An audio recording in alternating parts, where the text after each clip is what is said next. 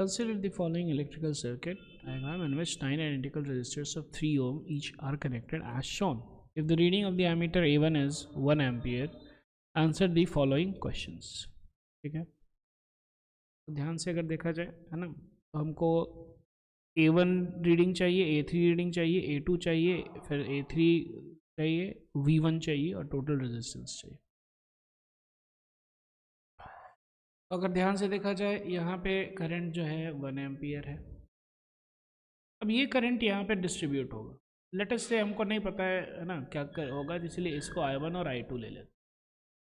क्योंकि ये दोनों पैरेलल में है, तो जब भी पैरेलल में होता है तो potential difference is going to be same for both. तो इसीलिए अगर पोटेंशियल डिफरेंस की बात करें, I1 into 3 ohm should be equal to I2 into 3 ओम.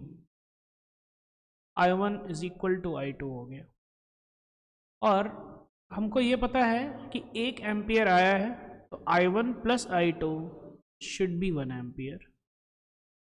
तो therefore I1 is equal to I2 is equal to half ampere. Now going ahead, ये half ampere इधर से आया और ये हाफ एम्पियर इधर से आया, और ये दोनों मिल करके यहाँ पे फिर से 1 एम्पियर हो गया. अगेन यहाँ पे भी आप सेम चीज़ कीजिए. ठीक है, यहाँ पे I3, I4, I5 कीजिए.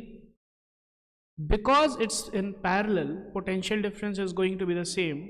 So therefore I3 into 3 ohm should be equal to I4 into 3 ohm should be equal to I5 into 3 ohm.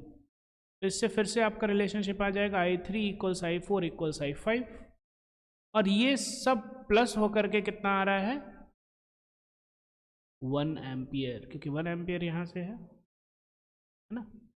तो देयरफॉर ये तीनों जो है इक्वल है, एंड दैट इज 1/3 एम्पियर.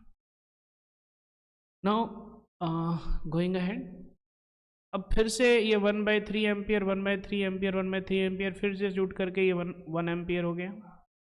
अब यहाँ पे फिर से आप इसको यार I1, I2, I3, I4 रख लो.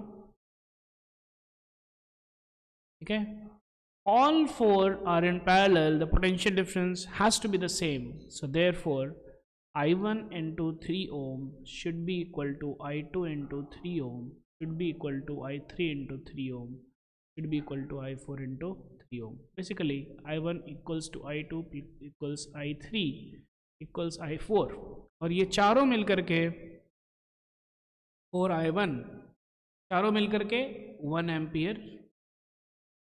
ठीक है, I1 plus I2 plus I3 plus I4 देख लो.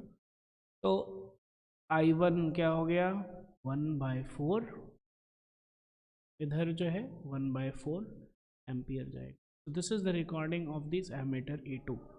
So therefore A2 gives 1/4 ampere, A1 gives, A1 तो 1 एम्पियर है ही, और A3 भी 1 एम्पियर देगा, है ना. What is the relation between reading of A1 and A3? 1 ampere 1 ampere. Give reasons for your answer. इसमें reason ये भी दे सकते हैं. ध्यान से देखा जाए तो अगर है ना, ये बैटरी है, this is the battery. Battery में जितना करंट आ रहा है उतना ही करंट निकलेगा. A1, if A1 is 1 ampere, A3 has to be 1 ampere. That is the reason. What is the relation between A2 and A3? A2 हो गया हमारा 1/4 ampere and A3 anyway it's 1 amp. Determine the reading of the voltmeter V1. तो आ जाइए, ये देखिए V1 में this I1 and this I2 both are equal to है ना हाफ एम्पियर. इसके अक्रॉस पोटेंशियल डिफरेंस हो जाएगा 3 ohm into half ampere which is equal to 1.5. ठीक है, टोटल रेजिस्टेंस हम लोग को अगर डिटरमिन करना है, तो टोटल रेजिस्टेंस हमको डिटरमिन करना है. पहले वाले के लिए निकाल लेते हैं.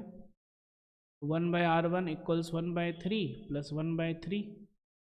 R1 is equal to 3/2 which is 1.5. दूसरे के लिए 1 by R2 is equal to 1 by 3 plus 1 by 3 plus 1 by 3. R2 is equal to 3 by 3, which is 1 ohm. Yeah. 1 by R3 is equal to 1 by 3 plus 1 by 3 plus 1 by 3 plus 1 by 3 parallel में है, इसीलिए R3 हो जाएगा 3 by 4 Om.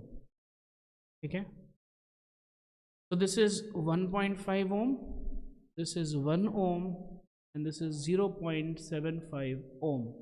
Total resistance हो जाएगा मिला करके 1 plus 1.5 plus 0.75, which is actually 3.25 the total.